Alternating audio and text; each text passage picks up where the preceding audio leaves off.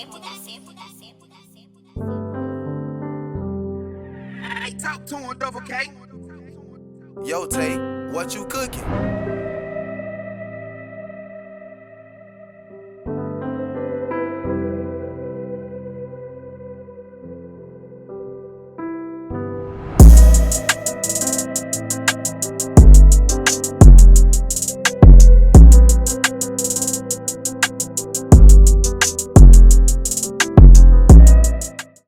Don't act like gangster rap ain't raised you. Like you wasn't influenced by these streets. Remotely controlled by hard hip-hop beats which your parents deemed degenerate. Rehearsed rhymes riddled with rhetoric that make Reagan roll round casket. Boys in the hood made boys who were good trade in suspenders for street fashion. FUBU, forces, face flags and fitted caps, dress part and practice with pen and pad, perfecting poetry through spitting raps. Real talk, we learned more from lunchtime table ciphers than we did from fifth period English. And consider Nas more distinguished than poets whose prose put us to sleep. Yeah, Shakespeare was sharp, but Scarface pierced deep. Don't act like gangster rap ain't raised you. Like you wasn't talked into sipping gin and juice cause Snoop Dogg made it sound smooth. The homie Dre's chronics they caught in head, anchoring down eyes induced by highs. Music drugged and tugged you out of sneakers in the shoes of hustlers you've never met. Tongue speaking a foreign language, saying slang you've never said. Walking with a swagger seen as silly to people not privy to Tupac and Biggie. Residents who've never left rural region, where they consider rap noise that was written by demons, but your ears heard nothing but echoes of angels. Beings whose lungs sung holy of hymns that spill from thugs' mansion. Black bodies whose souls and spirits poured out so much passion. Don't act like gangster rap ain't raised you. Like you was never tempted to chant, fuck the police. Though the town sheriff lived rotting your street. Same one that drove you back home last week after catching you throwing tags on City Hall. There were two of y'all, but you wanted to take the fall for Jaren, cause you're conscious of curse he's bearing, knowing black boys get bruised and beat by boys in blue, and all your homies held darker hues. Went to different schools, abide by different rules. Hip-hop gave you lens, though you had different views. As you broke down Buick Blair narratives of niggas with attitude. Prolific poets plagued by crack epidemic. Ghetto griots who took pain and penned poetry on pad, laid down lines written in rage on wax, telling of tension between cops and blacks. Lifting America's flag from over our faults, making sense of earthquakes that left homes broken. Tremors that skeptics still scrutinize because their solid foundation never felt flimsy. But those who sat with vibrations from verses understood a world they weren't birthed in. A world where hearing gunshots ringing while walking home never brought alarm. A world where single parents would break down and cook crack when put under pressure about a few blocks down from their unit so kids wouldn't grow up to do what mom or dad did to keep roof up. You may have fallen out of tune of touch with tales. You may even shake your head every time you hear NBA Youngboy on that radio, but don't act like gangster rap ain't raised you. This is Keith Lawrence coming to you with another episode of Generational Jam. Today we have a very special person. Man, this man sat down and was like, who are you? We decided to, he is a spoken words artist. He is an author. He is a co-host of Black Thoughts podcast. He is an educator, and he is the founder of Young Lions Roar, which is a nonprofit organization. People give it up for him.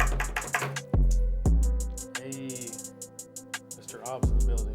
Mr. Obbs in the building. Obbs with a period at the end. I always tell people the period at the end of Obbs is like intentional. Yeah, let them know why. Let them know why. Yeah, so yeah, like my artist name is Obbs, and like there's a period at the end for me to kind of like be that, because when it's that reminding me that like what I'm doing like has an end to it, you know. It ain't permanent, you know. It's always gonna have an end to it, you know, whether I resign from it or like just leave Earth and I'm not of Earth anymore. So like knowing that there's a period at the end of it. Yeah. Whenever you start a period, that means it's the start of something after it too. So like it's not so much about me, but what comes after the period. Like what did I make that made the narrative continue? You know. So that's if there's no period, you're pretty much saying I'm gonna be here forever, and that ain't the truth. You know. Yeah. So that's the ism of the period at the end. That's fire. Yeah, appreciate that. That's fire. Yeah, that was fire right there. So man, I typically I like to go into the viewers or show the viewers like how this got started. You know, a lot of people they see that you know, where you are now, and you know, some people that are like low key envious of you without even wanting to be, but their spirit is not allowing them to attract to you in a negative manner. Yeah. Like, so they can understand and maybe support you more after this. You know what I'm saying? Yeah, I feel that. Kind of tell them about your background. Were you one parent household, two parent household, like Yeah. siblings? Like, go ahead. Oh tell yeah, them. definitely. The whole E True Hollywood story. But yeah, so I was born and raised in Rock Island. Like been there like a majority of my life. Like that's home. That's where I kind of like started my narrative and stuff like that. My mom came from Mississippi. Okay. She lived in Greenville, Mississippi, and she lived under the worst type of poverty, man, like crazy. And like mind you, like now she's like she's the director of finances for the whole city of Rock Island. That's a blessing. So like she's the head honcho of like all the finances in the whole city of Rock Island, you know. But like she came from like the worst type of poverty. She came from like a single parent household, had 9 siblings. I might have got that wrong, so I apologize, Mom, if I did get that wrong. But 9 siblings, and like they lived behind like gas stations, like trash like bins and all this, and like lived behind like diners and stuff like that. They never really had a home, you know. So like that kind of is what motivated my mom to kind of go to school and then also like move. And when she moved, all her brothers and sisters and like her mom moved with her too. So like with them all moving, I've always been around family. So like I've never have not like been around cousins, aunts and uncles, which like I find as I get older, like that's a blessing because like a lot of folks don't have that, you know. Yeah. So having that on top of just having that, like having like my pops around as well. Like I've always had 2 parents around, you know. Like I've had a pretty stable like a family structure. You know, was it perfect? Nah, but I don't think it has to be worth it, you know. So I'm the oldest of 3 siblings. Okay. My little sister is the second oldest, and I have a brother Ben. My sister lives in Nashville. Like she does like physical therapy and stuff like that. Okay. Yep, and my bro, he passed actually this past January and stuff like that. So I still consider him bro. Though, you know, it's one of those things where like, though he's not physically here, he's here in a sense. So yeah. So I have the oldest of 2 siblings. We all grew up in Rock Island, and I feel like a lot of my childhood really kind of just growing up, kind of like really kind of like crafted who I am now as a creative, you know, because like as a creative, I'm kind of like, I tell people I'm kind of like a black unicorn almost, you know, like I'm this thing that can do a lot. Yeah, it just doesn't fit into like anything, but that's always been a thing since I was a kid. So like I said, like growing up in Rock Island, going through like elementary school, middle school, and all that. I had this like interesting dynamic growing up where like I grew up with like Mexican best friends, grew up in like Boy Scout programs, soccer programs, and all that. So like I had Mexican friends, white friends, black friends. So like I was kind of this like I knew all these different experiences because the friends I had with me, you know, like that just meant like different cultures. Different cultures. So like I presented myself different. Like I was just kind of me, but like when you're kind of in a space where you don't have like a definitive you that you kind of fit in, like in this context being black or white, you know, like you kind of seem like weird. Like I'd hang out with my black homies, they'd be like, oh, like you talk white or do this and the other. I hang out with white homies, they'd be like, oh no, you black as hell. Them. So like it's almost like I always grew up not fitting into like any space really. Like I was just kind of there, you know. But I feel like that's where a lot of my creativity came from because like I understood different narratives, hanging out with homies who are white, homies who are black, and like it just made my mind just kind of creative, you know, in the sense of like, and that's where kind of like the love for poetry kind of like blossomed out of, you know, just having different narratives I was experiencing and being able to write them down. But I tell people like poetry didn't really influence me to write poetry. Like the first poet I really heard was Nas. You know? Fire. That was the first poet that really like introduced me to like really poetry altogether. Because and that wasn't until I was like in junior high. Because living in the household I did, it was like very kind of heavily like Christian household. So like I didn't listen to anything outside of gospel, Kirk Franklin, Mary. I didn't even know rap existed from like true aspect past Christian. Yeah. I didn't know it existed until I was like 12 years old because that's when like I would go home early, sneak and watch The Basement, BT. Yeah, big facts, 106 in Parks. The Basement was like, man, that influenced a lot of like my inspiration as a creative, you know, because like if you knew what like the basement was with Big Tigger and all that, like it was all about like artists who had bars, who knew how to write, Facts. who were dope creatives, So like finding that when I was in junior high school, like that inspired me to kind of be a creative in the sense of like, man, like I like words, but I don't think I can rap because these dudes over here said like I talk white, and if you talk white, you can't really rap, So I stuck with poetry till about 25, just kind of kept it to myself. 25, I found spoken word, and it kind of all kind of became history from there, really, as an artist, and what I do now. So, so how old are you now? I'm 30. 30. Okay. Yep. 30. So, you did track. Yeah, yep. I ran cross country and track from junior high all throughout college, actually. Like, You were good. Yeah, I was decent in track. Yeah, I was decent. I wasn't gonna let you just run past that. I remember that. Hey, pun intended. Man, no, yeah. I was like, that's kind of slick. Yeah. So legit, I wasn't like gonna let you pass that though. Like, That's funny. Tell them about that. Yeah, it's funny. Like I forget about it so often because I feel like that was like a stage in life, but that was really again it contributes to what I do as a creative. So yeah, like I ran like cross country throughout like junior high and college, and that was another aspect of like too where I kind of felt ostracized because like you don't see black folks doing. But I seen you. Yeah. Like I'd run past all my homies' houses like on like 8 Mile runs, like bro, like black folks don't do that. Like it was just like that kind of put me in a whole bracket of just like being different, But I think it's one of those things that I love doing because again, like when you're running 9 miles like by yourself, you don't got no phone on you, you don't got a watch on you. All you got is your mind. You in the air. All you got is exactly. Ooh. That's where I had my most creative moments. Like whenever I was running, I'd like make up a story in my head as to why I'm running. I'm like, okay, I'm running from like all these ninjas right now. Sit here jumping over like jumping over like little like creeks and stuff like that. But that's where my creativity bloomed. But like with that too, like it was a sport that I really poured like my all into. Like it's funny because I think the work ethic I have now, I realize how much of a rarity it is to people. Like for me, like I put in work with what I do as like a creative, but I put just as much work in when I ran cross country and track. Like from the summers of junior high to college, like I ran 300 miles every summer, Sheesh. And for me, that was just kind of like it turned into a thing where it's like it's second nature, Yeah. Something like that was second nature. Going 300? out, huh? 300 for fun. Yeah, just for fun, It was just something that just became second nature to me. So like. Whew. I didn't mind putting in work again. Like it was one of those things. You loved it. You loved it. Yeah, I loved it. So like the little things like that were a problem to me. But like that's where a lot of my like hard work came from. Just like because to be able to wake up 4 a.m. and tell yourself you're gonna run 9 miles in December, you got to have some type of mentality, Yeah, like, big facts, bro. No, you can't have no normal mind and do that, So like that's where a lot of my like hard work was kind of breeded, which kind of poisons what I do now. But yeah, I ran in college. Running in college was actually one of my best experiences too, because like. The first school I went to, Iowa Central Community College. Yeah. I went there for 2 years in Fort Dodge, Iowa.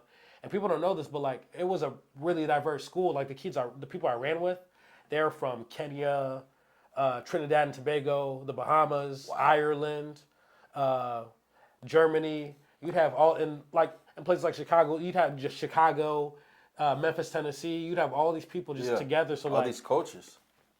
And experiencing that for like 2 years that I did, and running with these people who were like a world of faster than me. Like when I was running in high school, I was the man when I was running in high school. But like when you're with these folks, like people from Ireland who can run a mile in like less than 4 minutes. Dang! It's like you really What's your fastest mile? 4 minutes 30 seconds. Okay. So yeah. So you just 30 seconds over it. Yeah. 30 seconds is a big time. So that's a big split with those cats. But like just being able to experience different like cultures like that too.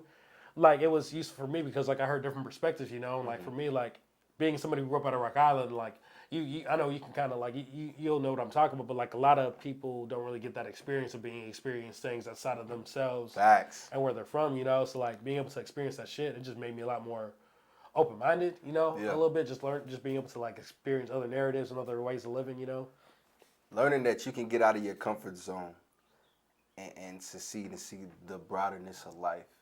Like that difference right there, bro. Like my most craziest place was Dominican Republic. Oh, that's dope. Yeah, and that was for my first year anniversary, bro. And I feel like I became a Hispanic over time. Oh, yeah. In the time that I was there, bro, because I would just listen to what they were saying, how they was talking. my wife, she knows a little bit of it, and I'm like, okay, I know what you said last time, so I'm gonna hit you with this time, right? Yeah, you know what I'm saying? yeah. But just to see the difference and the beautifulness of it, like, yeah, bro, it's a difference, bro. Past American soil and different things like that, in American soil, like just going outside of Illinois, just Yeah. it's broad, bro, and a lot Yeah. of people don't experience that. Yeah, and it's one of those things where I don't look at it like in a holier than thou sense, but it's just a thing that's just like it genuinely is like, man, like that sucks. Like I want to be able to like make that more of a thing for people Yeah, here, because like when you experience things outside of where you're from, like your whole frame of mind and thinking just changes, and you become different, and different's good, I think again, like I think it's one of those things like in black communities and all that, like kind of to kind of piggyback what I was saying earlier, like we kind of like we don't know how to handle different.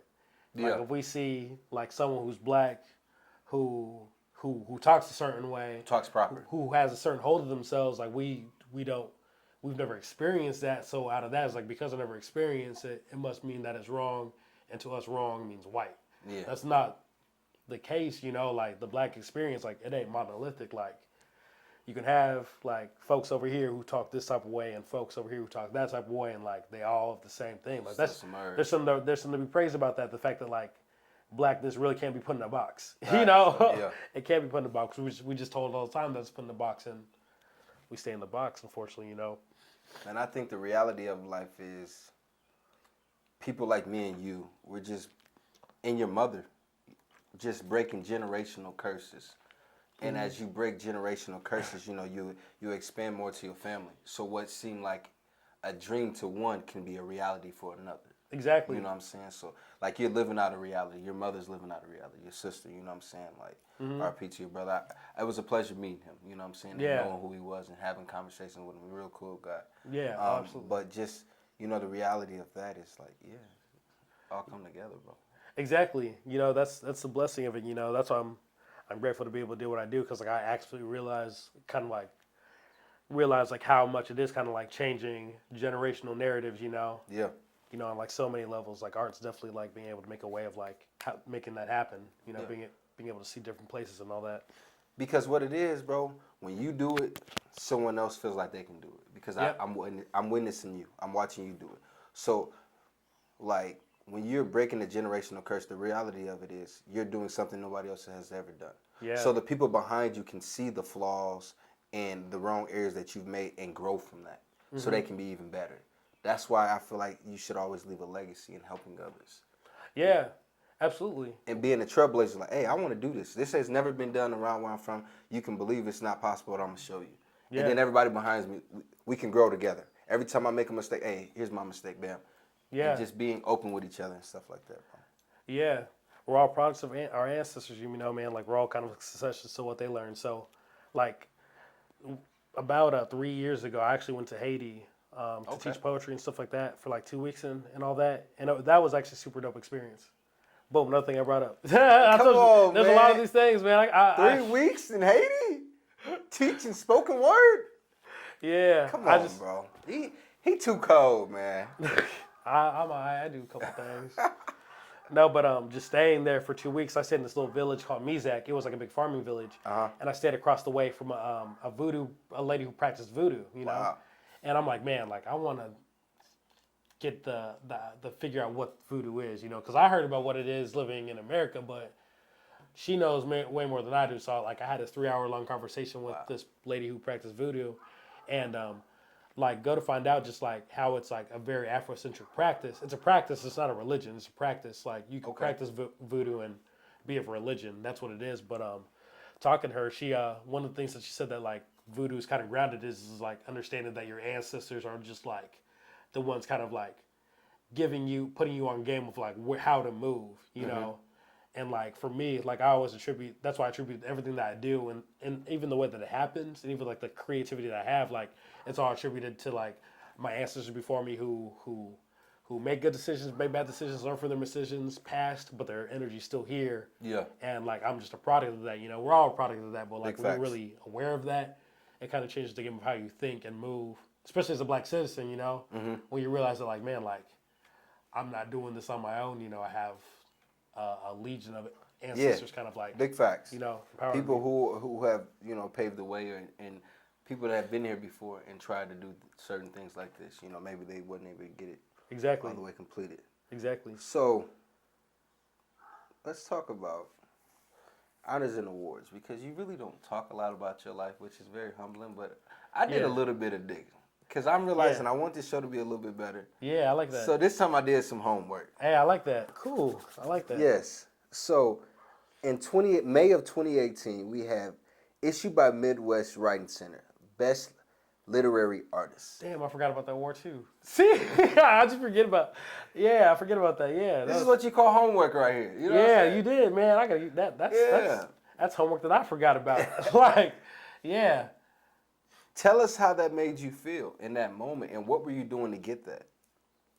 Man, you know what? It's one of those things where like, I'm definitely grateful for the award, and like being able to be recognized as that by people outside of myself. Because I can tell myself I'm the greatest as much as I want, but when people like kind of also like, yeah, you're the greatest at this, it's kind of like, okay, like we're growing the way we're supposed to, With that considered, I think when I got that, it was kind of one of those things. For me, it felt like a kind of a check off the list and like, okay, like what do we do next? Yeah. Because for me, like all I did was just do what I love doing, I think back in 2018, and mind you, I started really, really writing in 2015. Okay. So by the time from 2015 to 2018, I've already had like 300 poems, a book, poetry records I had done. I had already done like a tour and all that just within like that time, So like in 2018, I feel like all that stuff was stuff that I was doing that I loved. So it didn't feel like, I don't say it's in a bad way, but it doesn't feel like I did much because I was just doing what I loved. Yeah.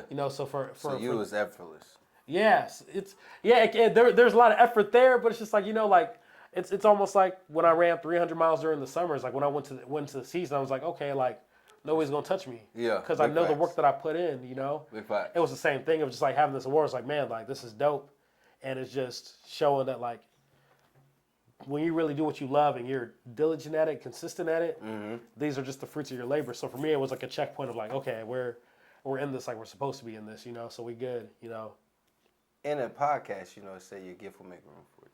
Yes, yep, exactly. That's man, verbatim though. Yeah, you know what I'm saying? That's what it is. Like your gift will make room for you. Like I'm trying to teach people, when I talk to people and they talk about their dreams and their goals, and it's always fixated around, I gotta get the money. The bigger the bag, the farther the distance, right? Because every time you try to chase a bigger sack, you got to go farther to go get it. When you walk in your gift, you'll realize you'll be like a magnet and things will come to you. Yeah. Opportunity, resources, communication, the funds, everything will come to you. People will see your gift and will pour into you when you just walk in your gift. Yeah. You waste time trying to run after money. Exactly. So, yeah. Something that'll already be there, it's just being present. That's what I think I've learned the most out of this hard thing. It's just like I've learned to be present and not think about the accolades to come or this. Not saying that those don't cross my mind because I'm still human at the end of the day. Yeah, but you still like to be rewarded for your doing. Yeah. For sure. But I just don't keep the flag planted in that ground. I'm like, Yeah. at the end of the day, like those things will come as long as I put in my work here and continue to push myself and like be more creative, be challenge myself every day to be better than what I was yesterday when it comes to what I do as a writer, And as long as I do that, those the fruits will come, It's just doing what you love and being present in it, fully present in it. Facts. I like that, man. I like talking to you, man. Ah, man, I appreciate it. I like talking, man, when I get the chance You to. get the opportunity, you said you like to go crazy. Yeah. Let's talk about, earlier you said book. Now, the book you were talking about, is that the book Unfin? My first, Unfin. Yep, that's the book. Yep, Unfin is like an unfinished, so unfinished that the word's unfinished. Yes. So, talk about that book and what were you going through in life around that time of the book?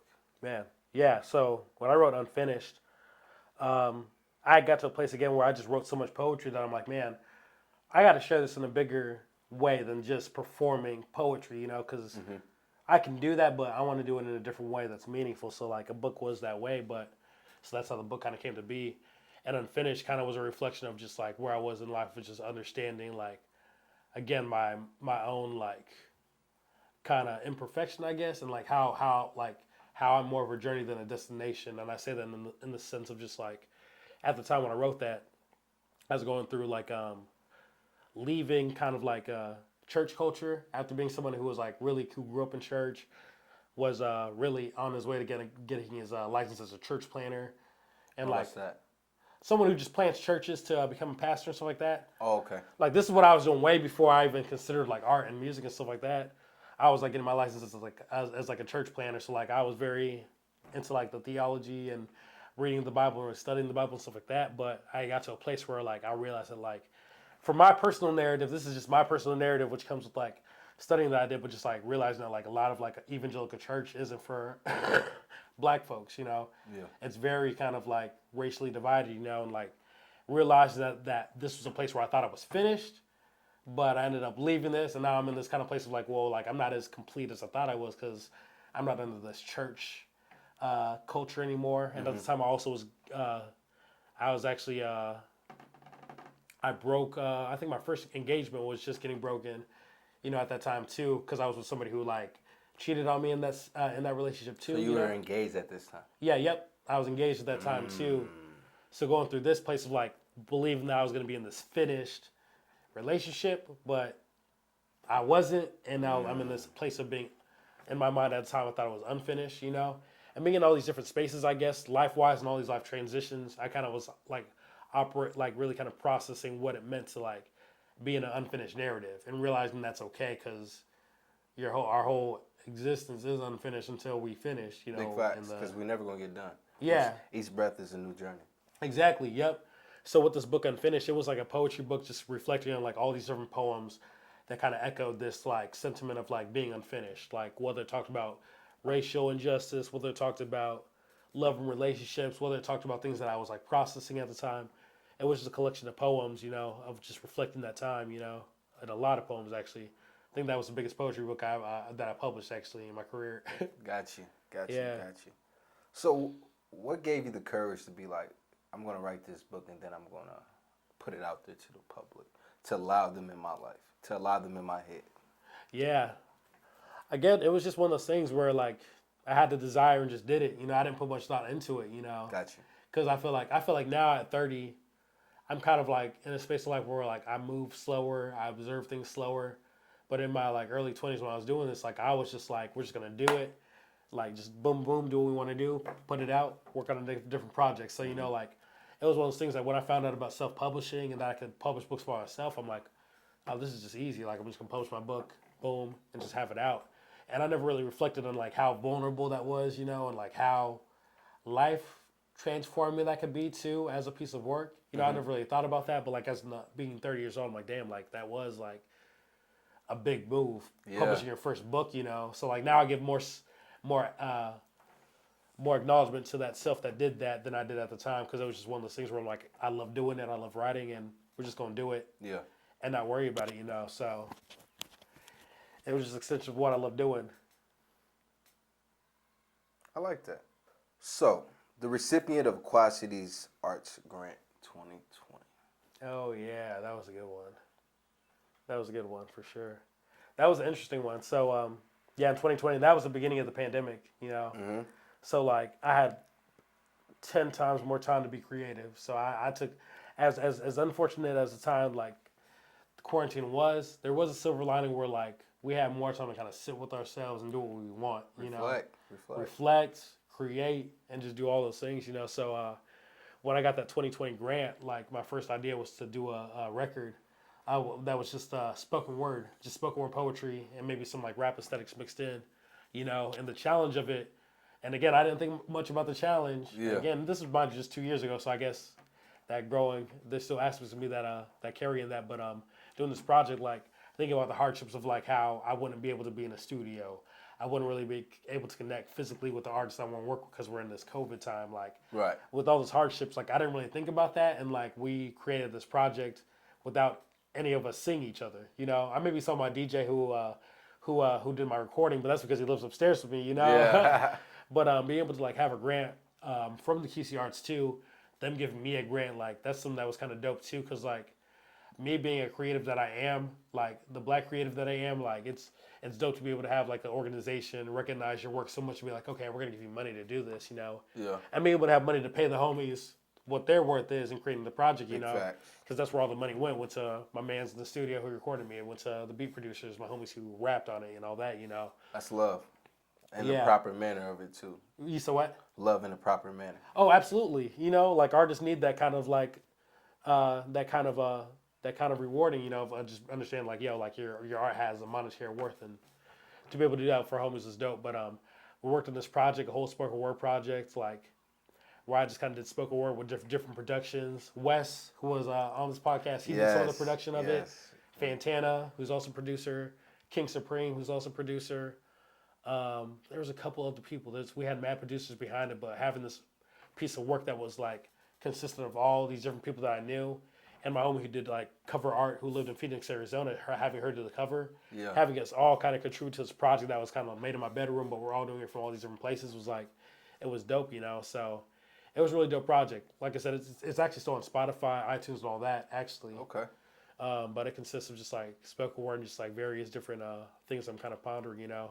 And one of the interesting things with that project actually that made me form a better relationship with the Quad City Arts who gave me that grant. So one of the tracks on the project, I had this record called War on Mugs, right? Which kind of took the whole war on drugs story and kind of flipped it to be like, what if in a parallel universe it wasn't cannabis that was illegal, but it was coffee beans? Because like both of these are plants. Yeah. They do That's different. fire. I like that. They do different body altering things. Like one just heightens yourself, one kind of lowers yourself. So I'm like, how would like white folks look if that was the flip, you know? And like it was something that had like a lot of facts pulling from like a lot of historical evidence that like the war on drugs is racist, you know? So like it was a risky piece of art, but it was dope because it was risky, you know? Yeah. But this is the first piece of art that I turned into QC Arts to kind of show them like where we had been with the project, you know? And like giving it again to like this organization that's just like, mind you, full of white folks who probably never grew up in like the hood or really know about war on drugs, or grew up in DARE programs and believe them, you know? Yeah. Like I get that. So like they were kind of like, some of them were like hesitant to it, to where like they didn't post on their website. And I knew why, so I'm like, I'm not gonna ask him, but like I'm gonna keep note of this because now I know. Big facts, yeah. But one of my homies who did visuals for the project, he's like, no, I'm gonna ask him why they didn't post that because I worked hard on it. So he emails the lady and said like, hey, like why didn't you guys post a visual for War on Mugs? And she said that like the content just seemed inappropriate and a lot of the grant kind of like supporters would get upset, which like I understood, but it made me all the more ask the question of like, what kind of black creatives are you trying to support then? Because like in the same breath, the same organization said that they support black creators, the community. Yeah. And I'm like, well, you have this black creative who like is bringing thought-provoking art. It may be hard for you to like accept that like this thing in the war on drugs is like a thing, but it's real. And like just because you don't accept it doesn't mean that like it can be discounted. And if you discount it, you're not really supporting black creatives. You're supporting the ones that you want to. Yeah, big The ones facts. who are kind of complacent to like what you guys want to say. So having that conversation with them, I thought they were going to take it some type of way, but like they actually were like, man, like you're right. And we had a conversation with them, and they kind of like ever since then have kind of worked with me and kind of enriching the art community in the Quad Cities, specifically the Rock Island area, because I realized that like with them being kind of a white organization, they don't really have the plugs to the black creative community. So like for them to kind of like have this relationship with me after kind of like giving them this feedback is like dope, because like a lot of people don't take feedback like that well, you know. Big facts. So that with that said, like the Odd Business project was definitely like a very risky project. But that's my art in general. Like it's very acquired taste. We talk about some real shit, and it is what it is. It is what it is, you know. From rap to spoken word stuff. So it's just how I create, you know. Yeah, big facts. I like that, man. I like that. I appreciate it. You want another one, bro? Oh yeah, I appreciate that. Appreciate that. That's love. Damn. I guess I can't give you another one. I drunk to it. That's pineapple juice. You said what? Pineapple juice. Oh yeah, I'll take that for sure. Yeah. I appreciate that. Yeah, vitamin You want C. this other even one? better. You want this other one? Okay. Oh. Man, that's fire, bro. I definitely, like, that's why I really come up with, like, Generational Jam Network. Hopefully it's in the works soon. so we can be able to push out the content that we want to push out the content without having to filter things that are going on in our environments, so we can bring awareness to get the help that we need and seek. Because a lot of things is there's people that want to help us, Yeah. but they can't help us due to the fact that they don't know what's going on. Yeah. Yep. You know what I'm saying? And we want help, but we can't get the help because we don't know the proper resources to get the help that we need. You know, so trying to create a generational network, man. We gonna get it going, man. Yeah. No, this is the start of it, man. You know, you're already planting the seed. Yeah. When you plant them seeds, you know, like it's always gonna grow something. The show coming soon too, man. It's gonna be Hey. gonna be live, man. We gonna do it big. I like we'll have that. to do another part of this. Oh, for sure. Because we know the greatness is just it's gonna continue to grow, be great, you know, do its thing. Let's talk about like how much your family means to you. How much do they like help with your creativity? How do they feel about your creativity? I think as of like recently, I think like it's one of those things where like they always believed in me in it. But like, and I talk specifically about like my immediate parents, mom and dad, when I say this, but you know, like you kind of like being someone who's a parent and all that. Yes, sir.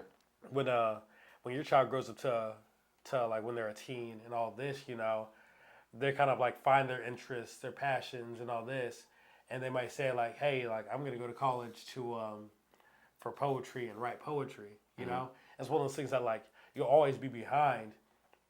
But I think like a human side of us will always be like, man, like I hope this goes well. I hope this goes well. Should I tell them to have a plan B and all this? Yeah. You know, my parents were always the same way. Like when I was a freshman in college, my major was creative writing because I wanted to be a short story writer. Right. And my parents, being who they were at the time, like they said that like I should probably find something different that would like make money because like they just have never seen money being made as an artist. That's just their narrative. It wasn't their fault. They just have never seen it manifested Until I did it. You know. Yeah, big facts. Big facts. You know, so like I think now, like fast forward, like now that they kind of see what I'm doing and how like this is the thing that I said that I wanted to do, Yeah. and like even though they didn't see it, now they see it. They're like, oh, okay, like, oh, you're going to Omaha this weekend for a show? Okay, cool. We'll see you when you get back. That's what's up. As opposed to like years ago when they said like you're going to Omaha for a show, like why? Boom, boom, boom. You know, they start to see. You know, so my family definitely is important in that. You know, because like, and I even say that like we have a unique relationship where like we never always say how much we admire each other when we do, but we always show it. Like we're always good at showing our admiration or our affirmation of what the other is doing through actions and through what we say, through what my parents even post about me nowadays. You know, those are little affirmations like, "Yo, we're proud of you." And we may not say it to you, but we always tell other people, and those people tell you, so you know. They feel good, so you know. So they're definitely important, especially since like I think a lot of my traits, which contribute to like who I am as an artist and a creative, are from my parents. You know, my dad being someone who was a very thoughtful person and someone who never. Like, my dad was always like a very properly tempered person. Like, and I say this in the manner of like I've never. Growing up, my dad has never like I've never seen my dad yell at me or yell at my mom or be physically violent to my mom. And again, it's one of those things where like I realize now being an adult and working with kids whose parents are like that, it's like dang, like it really is blessed to have a dad who like big facts was very just like tempered, you know. And he's a big dude, like he's a very big, strong dude, but like he never felt the need to flex himself. You know, he's always had patience, always had wisdom, always listened. I feel like with that. That's maybe the educator that I am, you know. That's where I'm able to work with like behavior kids that I do because I'm like, I don't really take anything offensively. I'm just like, you know, life is life. You know, I might get a little irritated, but I'll get over it. Yeah. So having that from my dad, like if I didn't have my dad, I wouldn't have had that trait, you know. And then my mom's hard work of like being someone who came from nothing, created something. I feel like that's kind of like where I get my manifesting of like creating a nonprofit, creating my own job as like a poet, creating my own job as like as a rap artist and being able to do all these things at the same time, you know. I got that from my mom, you know. So if I didn't have the parents that I had and all that, like I don't think I would have what I have now that contributes to like who I am as a as an entrepreneur and a business creative and all that, Facts. Facts. And they're definitely the best cheerleaders too. That's what's up, man. My sis for sure too. Shout out to the sis. That's what's up. Let's speak about your degree in educational studies. Yeah. So that actually was a degree that took 11 years to get. I like to say that because again, like people always have this impression that like a 4-year degree is 4 years. Like no, like there's cats who can go to college and go for 8, 9, 10, 11 years. So Yeah, just keep like in and out of it type of thing. yeah. So like I got my degree. I think in 2020, the end of 2020 actually. Okay. So between 2020 and 2010, again, my first major was creative writing because I wanted to be a short story writer. Did that for a year. Went to elementary education. Did that for a couple of years. Left school after my fourth year. Found poetry and all that. Mm-hmm. Went back to school in psychology and sociology, thinking I was like going to do like counseling and all that. And then switched my major back to education and then finished in education. So like I had this plethora of things and like also like Bible studies and courses and stuff like that in between. Mm-hmm. But I had all these different things that I was doing that were like so distinctly different, but they all contribute to what I do now. Really. Yeah. It all really prepared you.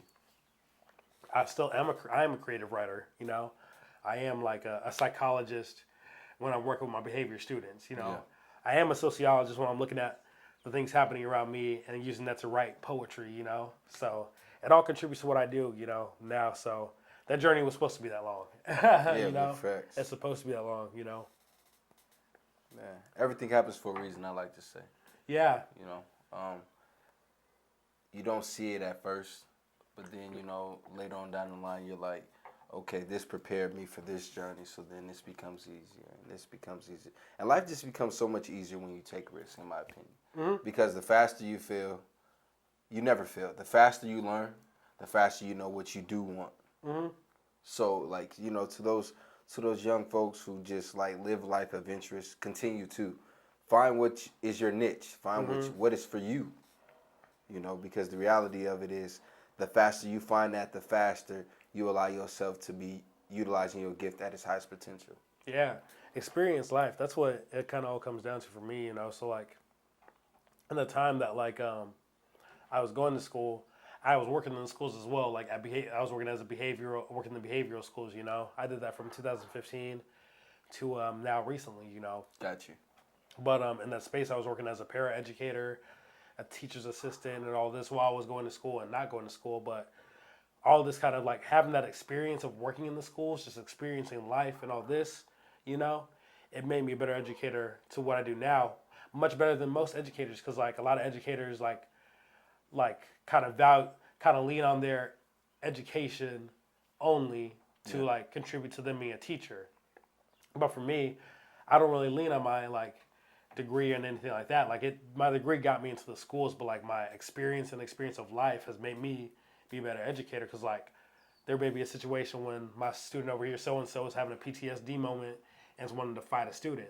There ain't no class or course in college that teaches you how to deal with that. Life teaches you how to deal with that. So like having those moments of experienced life, it taught me just how to like deal with students. So like for me, if you never, that's why I always tell kids, like if you don't feel that you need to go to college, like you don't have to. Like there's things, if you know what you want to do, and have a passion for that, like go and experience that thing and grow with it.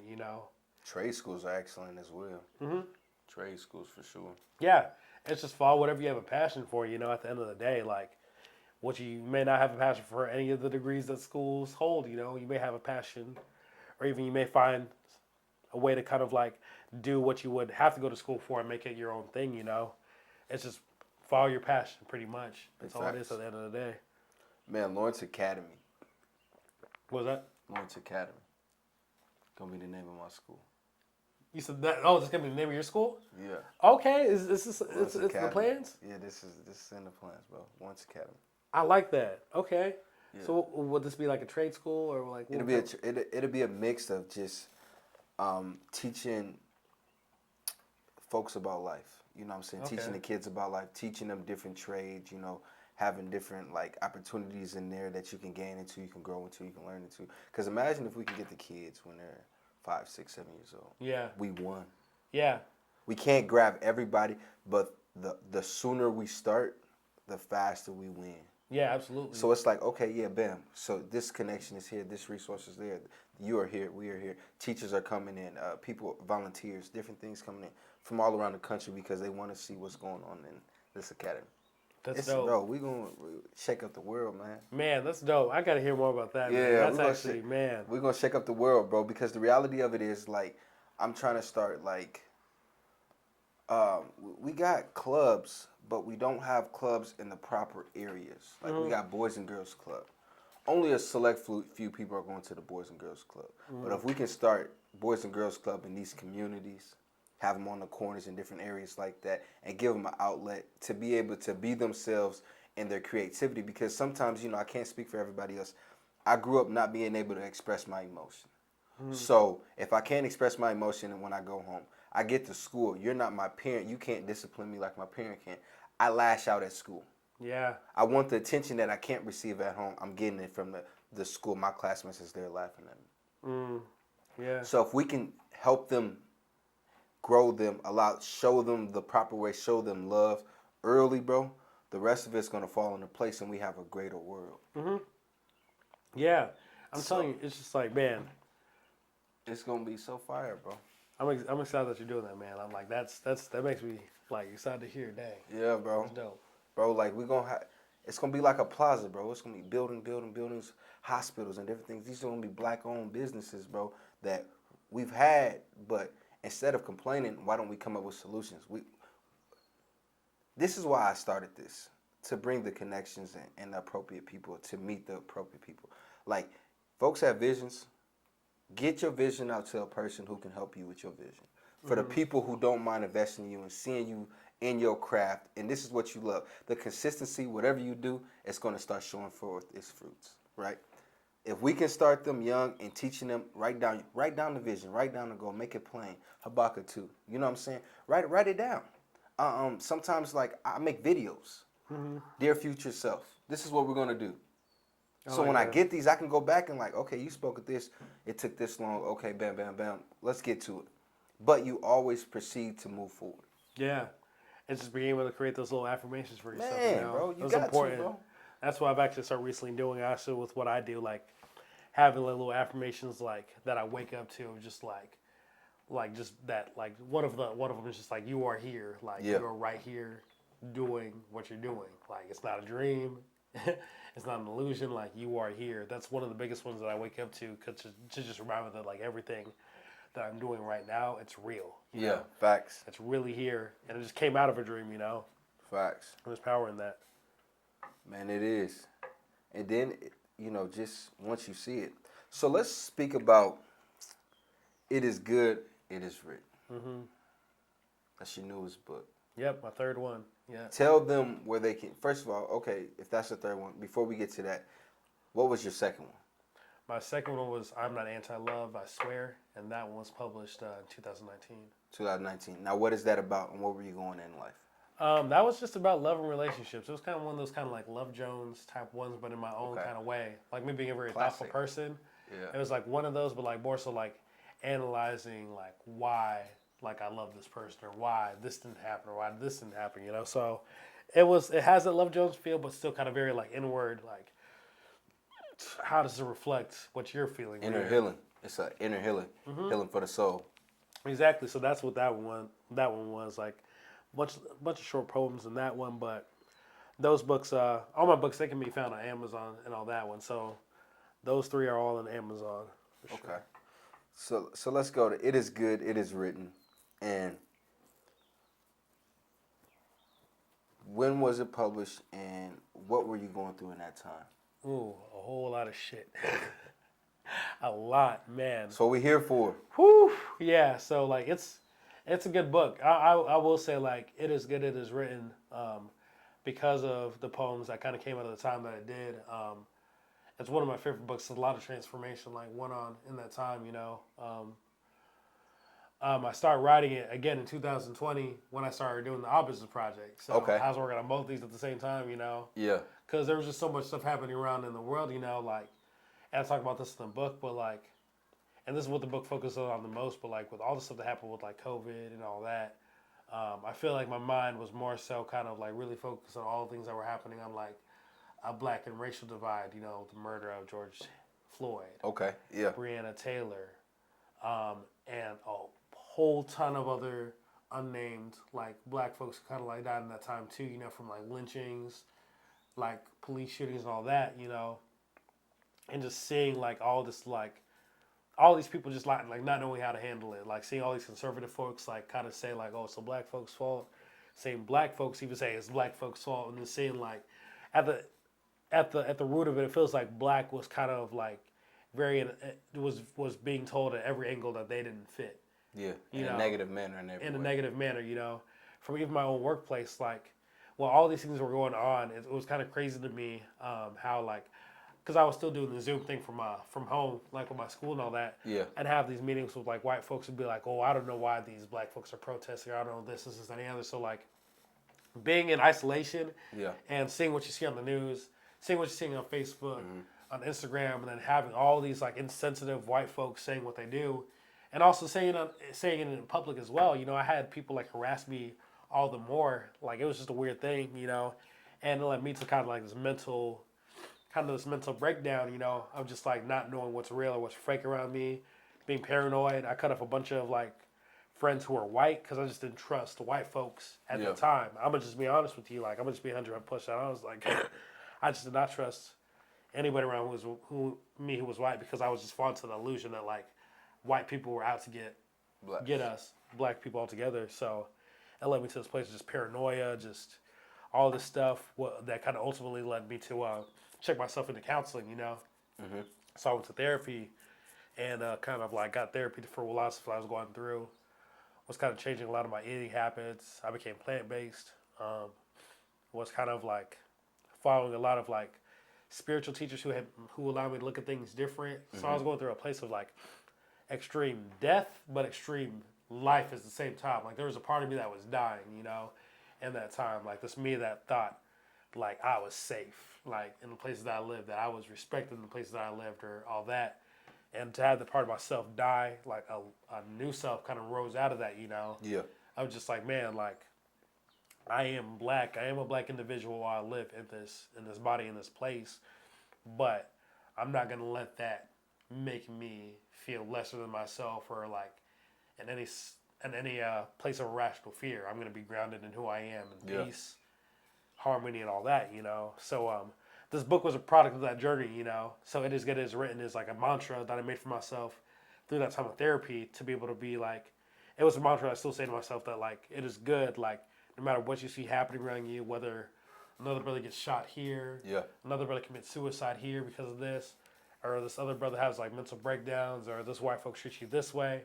Even in the midst of chaos, like it's good. You know you're good. Yeah. Because the universe has proved over and over that you're good no matter what space that you're in or what circumstance you're in, you know. So it is good was important, and it reminded me that like I was safe, you know. And it is written was the other part of it that just was just a reminder of like how everything that I'm supposed to do, everything I'm supposed to be, like it is already written in stone by the hand of the universe, you know. And like there's nothing, that's something that I just have to accept, you know. Yeah. However that may unfold, but again, I can take solace in knowing that what is written is good because I've only experienced good, even when I experience bad, if that makes any sense, you know. Yeah. So like all these poems kind of reflect that mantra, whether it talk about the racial shit that I was processing, the conflictions with the religion that I was kind of processing, sitting with my own mental health and realizing as a black man, I got it, like learning how to be okay, saying like, oh, I ain't okay. Like Yeah. shit hurts and I can't do this shit by myself. Yeah. You know, like being able to be in a space of like being vulnerable and real about that. Like all these poems kind of reflect that time in a very kind of like journeying type way. And I make that important because some poems may have this like feel of like pessimism or like how I'm like looking negatively at life. The next poem may not feel like that. It may be a little bit more uplifting, positive. About like. The next poem may not be that way either. Maybe I'll be talking about my paranoia or distrust of white folks and all this. The next poem may be about how I found unity with my neighbor, whether they be black, white, Mexican, or whatever, you know. So it's a journey, you know. That's what I like about it. It's not just one type of feeling. It's all these feelings I processed over 33 poems, you know. And it's feelings I think resonate with a lot of black folks, you know. Not every black folk, Yeah. but like a lot of us, I think like could resonate with the words of it and like the things I talk about in it. So to be able to create a piece, a book that's just for us, you know. I feel like my other books before were just for the world, but this one was written at a special time where I was like, I think it's for us, you know. You may not be able to relate to it as a white folk, and I won't even assume that you might not be able to relate to it, but for the most part, like you might not, and even if you can't, you learn something from what you're reading, you know. So again, another one of those risky books, you know. Yeah. It had a lot of like people who are critical of it, who are more kind of white conservative folks, but for the most part, like where you have your pushback, you also have your push through, you know, and it's had a hard, way stronger push through than the push back, you know. So, Man, I like that. Yeah. Man. It's man, I feel like today has been a good day, bro. that's good, man. It's crazy that you say 3 because 3, I was thinking in my head a while back, but the number 3 is representing a lot in my life. So when you say that, that's so crazy, bro. See, it's a connection though. It's one of those things. Even you Big saying facts, this, like bro. affirming That's crazy. that we're supposed to be here. It's supposed to happen. What are some of your highlights of your career?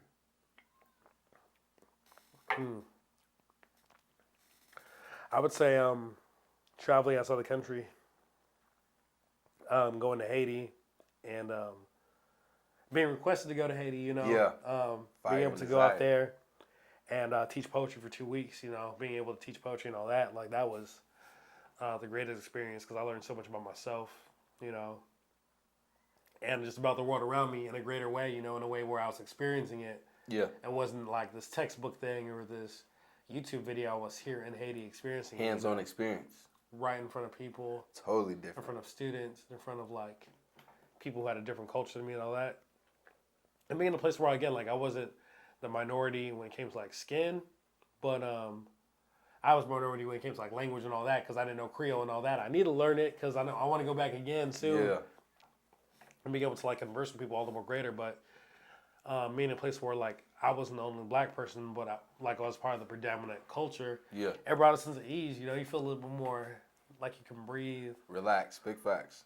Yeah, and that was just really, that was really special to that experience. You know, for the time being. How did the students embrace you? Oh, they were dope. They were super Yeah. dope. Like, I think just like just going into the school, like they were kind of like intimidated a little bit. Like the school was dope, so it was like this big school with like elementary, junior high, and high school in one school, and it was outdoors. Oh, that's hard. You know, so it was outdoors. So like you had these kids kind of just running outdoors, and they saw this new person, and like they had this little like one didn't know who I was, but I got in my little teacher mode and kind of showed them like, hey, I'm cool and all this, and I'd have like these 30 kids just following me all day, wanting to take pictures. That's what's And up. we're just super just like into the moment, but Let you know your gift will make room for you. yeah. But I taught poetry to a junior high classroom, and like even that experience was dope because I had a translator, so like I would speak, the translator would translate, and these kids wrote like super dope poetry that like again like I couldn't understand it, but like the fact that they wrote it, Yeah. and I kind of orchestrated that, it was like, dang, this is kind of dope. Just that experience period was just fire. It was great, man. It was necessary to what I do. I think now. How was the food? Oh, it was amazing. It was amazing. You know, it was like even the place that I stayed in a village. I stayed in a farming village. Mm-hmm. So, staying in that farming village, like I would have like trees outside of where I was at that had avocados or mangoes. So we would just like That's what's up. pop them right off the tree. While we were walking to our neighbor's house, who would make like fish, pumpkin soup. They'd always have popcorn in the morning. Like that was just their custom, have popcorn in the morning. Like, Okay. as an appetizer and stuff like that. But the food was just like, again, like it being like natural in the sense of like there wasn't like the meat didn't have like animals who were eating antibiotics or stuff like that. Mm-hmm. It was clean, having these vegetables that weren't pumped with like different Different things, you know. Different poison. Yeah, having them in this like rawest form, like it brought us. It didn't make me feel like the body aches that like I felt Yeah. eating food here that like I didn't really notice How was your energy? Was your energy better too? Oh yeah, way better.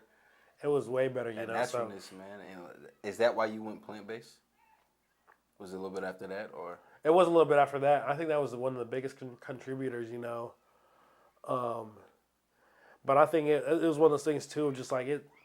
Even before that, was one of those things that kind of was like unfolding over time. But going to Haiti, you know, unfolded it all the more. Just like man, like Enhance that joint. Like, yeah, this is exactly whatever you was thinking before. This is why. Yes, this is a factor into it. And here's more. exactly, Yeah, and here's more. Whatever you thought, plus here's more. exactly. What are some of your worst moments so far in the craft? Has there ever been a performance? Matter of fact, hold on, let's change this up. Has there ever been a performance where you was like, damn, I suck? Oh yeah, oh yeah, for sure. I remember I had a show in Decatur years ago. This is like 3-4 years ago. I got paid a good amount of money, so like it made me feel a little more bad. Like Yeah, it was inside, but I was like, dang. like I wrote a poem specifically for this church I was going to at the time, you know, out in Decatur, and they paid me $300 to do like this one poem. So I'm like, okay, I really gotta hit this hard. But like at the time, like I made the rookie mistake of like writing a poem and trying to memorize it the week of going to the event. You never do like now in my career I could do that, but early in my career like memorization definitely takes a certain amount of work. So I'm sitting here trying to memorize this piece, driving up to Decatur, get to the church, and like 6 lines of the poem, I forget my lines, but I start freestyling. And like, mind you, I can freestyle really. I'm dope at freestyling. Yeah. Like super dope at it. So when it comes to poetry, I know exactly what to say, boom, boom. But then like that on stage, because I'm like, dang, I'm just saying random stuff and I'm going off script. And the poem went from being this 3-minute poem to like a 45-second poem. But everybody loved it though. That's the thing, like everybody loved it, but my something the worst. Because they didn't realize it. They didn't realize it. But I'm like, I realized what happened. Like I just made them pay $300 for a 45-second poem. Like I was beating myself up and all that. What did they say about that? Because I'd have felt some type of way. Oh, they loved it.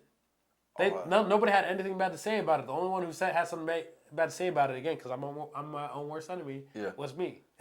Oh, that was a guy for real. That was good. That's what you call favor. Yeah. When you have something 3 minutes and you just made 45 seconds, you made $300. Name another moment right now where you can do that. I'm not Exactly. That is what you call favor. And you didn't even know it. You so down on yourself, but that's favor. Yeah. And favor ain't fair. No, it's not at all. You know, and I like that. I like how you said that. I didn't really realize like that. You know. Yeah, favor ain't fair, man. There's some people that see you and they mad. Man, and I was so mad to the point where like I left this place, went to this bar that like also had a spoken word open mic, coincidentally in Decatur. Yeah. You know, and I did the open mic there because I'm like, okay, I got to redeem myself a little bit. Yeah.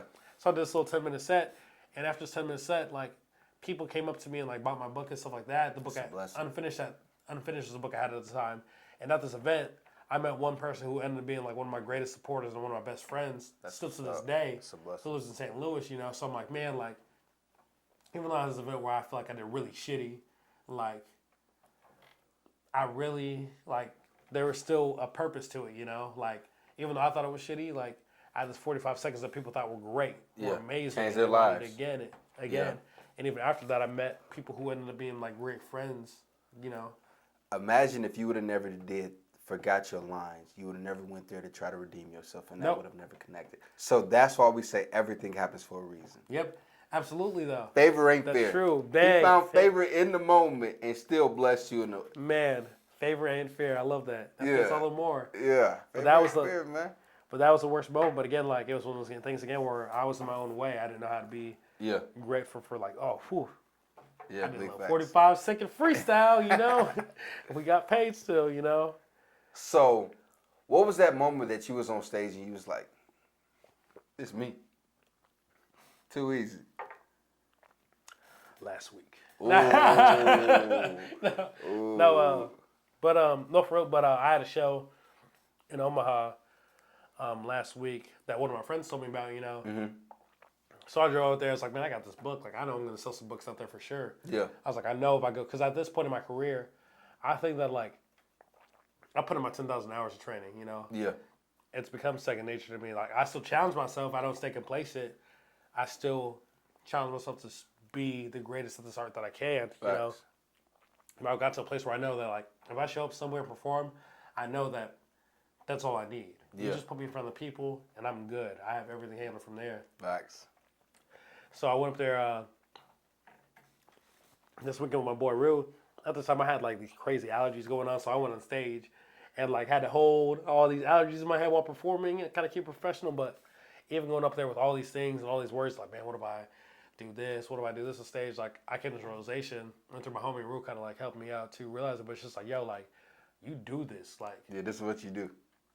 you've been doing this for the last 7 years, you know, like, walk in that, be present in that. So, like, that just brought a whole different energy going up to Omaha, this place where nobody knew me. And I walked up the stage door and they're like, okay, at the end of this, like, they're going to know who I am and they're going to ask me to come back, you know. And when I locked in that energy, you know, I don't know if you've ever seen the movie Soul. Disney Plus movie. What it's about? Yeah, with the Pixar. Yeah. Yeah. Yep. That one. So when they talked about being in the zone, I felt like whenever, like, me on that stage, that's what I was in. I was like, okay, like, I know what I'm doing and we just do it, locked in. And, like, even being in a place like Omaha, like being in a place where like everybody but me were reading poetry. Like when I do my stuff, like all my stuff's memorized. I have it in my head. I don't have to read off anything. Yeah. It made me realize like, yo, like you really do this. Yeah. Not just in the Quad Cities. Like you're over here in Omaha, Nebraska, and you do this over here. Yeah. You really like that. Months ago, I was in Nashville. The same thing. The only one who really like didn't rely on paper was memorized and was like in it. You know, and it's just like those moments that they remind me, like, yo, like, you really do this. Like, no matter how much people say, like, oh, you're just a QC artist, local artist, like, you're over here and nobody's even close to you. Yeah. You know, and I think it's one of those things, like, it may sound like on the outside looking in cocky or whatever, but it's just like confident, just like, no, like, I know that, like, the energy that I pour into this, for it to be returned as crap, that doesn't make sense. Big facts. I know the energy I pour into this, it comes back tenfold. It's like, why would I not be dope at what I do when I know the energy that I pour into it in the first place, you know? So I feel like that's the energy I step on the stage all the time now. I was just like, realize like, yo, you really do this. Like, you may not know how the other person's like hours and work and all that, but you know that they have not put in the type of work that you have put in, Yeah. you know? You know that you've been doing this too long. This is you. You have to like walk in that as a performer. I think you have to walk with that kind of swagger because that's where you're more confident. That's where Big you kind of facts. like do you. Cause it's on the stage, they see you like me, man. I feel like you could throw me in front of a camera, I'm a shy. Oh yeah, Cause yeah. I'm me at all times. Like I remember earlier you was like, you know, sometimes you just really can't be yourself. Like I've zoned in on who I am, and I'm so much into me that. It don't matter what room I'm in, I'm going to be me. Yeah, yep. It's going to be so much of an impact because what I am is I'm confident. I am going to let you know how I feel. Like I speak life into myself and those around me. So people want to be around me. They Yeah. want to hear what you say. Hey, man, you said this last time and things started going well for me. I want to be around you. What do you have? I want it. Yeah. Jump on me. You know what I'm saying? So it's like, yeah, I feel like just... It's infectious, you know. People feel the energy. You Legit. Know? They want to be better. They like, okay, yeah, it's something about you. I'm being connected to you. I want to be better. You gonna help me be better. Exactly. It's a rare energy, man. Like some people will like be offended by it. Yeah. And all that, but that's between them and themselves, you know. It doesn't have anything to do with reflecting on you because it's like they don't know how to take that energy because they Spirit. It ain't them. It's the spirit in them. That allows you to treat people better too. Exactly. Yeah. So it's nothing about yours, but like the more that you carry that spirit, like again, like you inspire people around you all the more because like, oh yeah, like I can do this too, you know. Yeah. So whatever my gift is, whatever my craft is, I can do it. Exactly. And you may not be the best in the beginning, but who was? Because and if they were, how long did they stay on top? Because hard work is always going to beat talent. Yeah. Because talent can never be enough. Yeah. But that work, put that work in, man. The work. Like you said, you planting those seeds even in the dark when nobody's seeing behind the scenes, different things like that. Like, you know, like even my ear now, soon I'm be in a big building, you know what I'm saying? Like, you know, put you in the zone, it's be a big building, big old plaza, different things around it. You know, it's going to be big studios type of thing, production. And then, you know, audience and everything else and people are just going to be in there. It's just going to be great, bro. But this is where I start from. You were there where I started, so you'll see stuff like this and be like, I remember, man, and he painted the picture for me right there and said this. And look at what he manifested. It's tenfold now. Yeah. You know. So, man, I'm telling you, man, greatness is coming for the both of us. It really is. Yeah. It really is. So, before we wrap up this this podcast, man, it's one more question I want to ask you. Yeah. And this has to be a part 2, because this was fire. Oh, for sure. Oh, always, man. This I'm is always fire. This got to be a part 2 for this. And absolutely. and it's a lot of people where I'm just going to start doing part 2s, because sometimes it's contagious and it's fire. Yeah, sometimes there's some narratives you got to continue. You know? So my last question for you is, actually, I'm gonna break it down into 2. Nope, I'm gonna say that for part 2. I'm gonna just ask you one question. Okay. Yeah. What is a word of advice you would give to the viewers, to the people at home who feel like they're their generational breakers? They have no support. They feel like they're not heard. They feel like they're not loved. They feel like they're in this life about all alone. I would say something that one of my good friends, actually, Big Man G, he's a rapper in East Moline, super dope, actually. Super dope human being. That's happened too with Yeah, he's a monster. But one thing that he told me months ago when we were talking, maybe like a year ago, like time seems weird nowadays, but he told me like whenever the discomfort comes, you lean into it. Lean into fire. it, you know.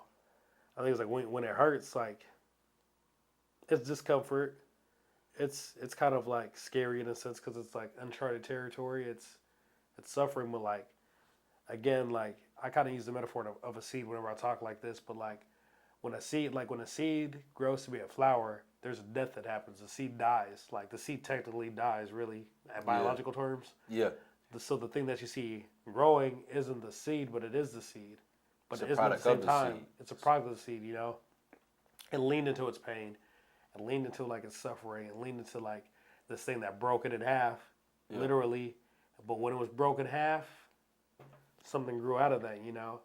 When you have the discomfort of like realizing that like you're kind of like almost like the black unicorn, we'll say it for just like a conversation, you know. Yeah. It's a lonely, isolated type place because like you start processing things the way people around you don't process. You know, you start going your own thing. Now that there's kind of a death that happens again, a death of someone who thought that like that the death of someone who's conditioned to like being around people, who's conditioned to like being quote unquote normal, who's conditioned to like doing things by the rules. And when that person dies, what blooms out of it is this person who's found freedom from like rules. Yeah. I'm not saying there's not going to be rules that you abide by to like make your journey happen, but those are your rules. Yeah. They're no longer some random person's rules who don't know you. They're your rules that you set for yourself. You know, they're necessary, but like once you bloom out of that place, like there's a new you that breaks those rules that were set that kind of kept that person in place. Right. There's a breaking of those labels that kind of kept you in place. You know, there's a breaking of like the fears that kind of kept you in place too. So you got to lean into it. You know. Like when you're in that space of like understanding that like you're doing something that's never been done, lean into that joint. Because like if you don't lean into it, you're gonna fall back, digress, and not do that thing that everybody else hasn't done. Lean into that joint. You know what I just got from that, bro? Lean into growth. Yeah, lean into growth. Yeah, that's what I just got from that. Lean into growth. It's uncomfortable, but lean into it. Like lean into it until it's not. You know. Because the seed. And this is what people don't realize. People talk about planting seeds and farming and different things like that. Yeah. The farmers have the most unique job in the world. Yeah. Because once they plant the seed, they have what they know should grow. Yeah. Yep. But depending on the season that they're in, if they plant the wrong seed in the wrong season, it won't properly grow. Yeah. But that doesn't make it wrong. Mm-hmm. It's just not the right season. So when you don't receive your moment at that time, it's not that it's not going to happen. It's just not the right time. Yeah. And that's the thing. That's where patience comes in. You know, patience and presentness. When you're present, you're patient. When you're patient, the thing that you planted, when it gets to that season, it's going to grow, you know. Yeah, it's that time. Yeah. It just takes some patience. Yeah. I love that. Ain't fair, man. I love that, man. Wow. Man. At least. So, before we get up out of here, is there anything that you would like to ask me before we end this, man? When are we doing the next one? Soon, for sure. Soon, very soon. Nah, what would you tell your viewers, man, who are going through the same thing? What would I tell my viewers who are going through the same thing? That you're kind of like the same thing as you told me. Yeah, That's me. about the advice. Yeah. What I would tell my viewers is to the people who don't feel like they're being supported, loved, feel like they're in the season by alone and all by themselves, is to continue to go through it with a smile on your face, knowing that as long as you put in the work, it will happen. The moment you give up, you could be literally 5% away from where you need to be to get you to your ultimate goal. And you'll never know if you don't keep pushing. Continue to push. Always love, because love is going to beat out evil any day. So even if you have that opportunity where you begin to see things going in your favor, and there's people who reaching out for help, and you didn't support me, different things like that, support them. Help them along the journey. Because it's healing for not only them, but for yourself. Because the reality of it, once you become a better human being, you can help another person become a better human being because they'll see the light in you. Just keep going. Keep going. Keep going and keep growing. That's ill. I think that.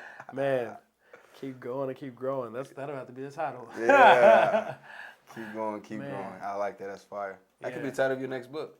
What was that? That can be the title of your next book. Oh, I already got the title for the next one. Okay. I got the title for the next 3. Ooh, I'm always, keep man, I'm going, telling you. keep growing. I'm always working, man. That could be the title of my book. There we go. Boom. See? Keep going, keep growing. I Hey, like make that a note. Make that a Yeah. note. Make that a note. For real. Keep going, keep growing. Keep going, keep growing. Yeah, that's definitely got to be the next joint for real. Man, I appreciate you. I want to say, man, I admire your gift, like from afar. You know, I reach out to you when I can. You know, I'm a person where social media is cool, but I'm more of a realistic person. I feel you. Like, I somewhat know of you. I was a freshman when you were a senior, and we had conversations then. You know what I'm Yeah, saying? no, I remember. Yeah. Yeah, so it's like, I like to give you your flowers behind the scenes, and then we can bring it on here in front of the scene. So I want to thank you. Yeah, I admire your that. gift, man. Keep walking in your gift. You've been a very big inspiration to me, myself. Oh, that's for real. And being from afar and knowing some of the things that you have been going through, you know, it's a blessing to see you keep striving, keep going. Yeah. So I want to say, just keep going, man, because the same way you inspired me, like you already know, you're inspiring other people. But when people tell you, it just ignites, it just helps keep that fire going, especially when it's about to be dimmed and no one understands it. Yeah. You know what I'm saying? Yeah. Sometimes we can get relaxed and complacent, but I appreciate you, man. I appreciate love that, you, man, and I thank you, bro. And part 2 coming soon. Stay Yes. tuned. And yeah, man. Appreciate you, bro. Hey, appreciate that for Yes, sure, sir. brother, man. Appreciate that. And this is Keith Lawrence coming to you with another episode. Thanks you guys for tuning in. Don't forget to like, subscribe, and click that bell to get the notifications of this. Man, we out.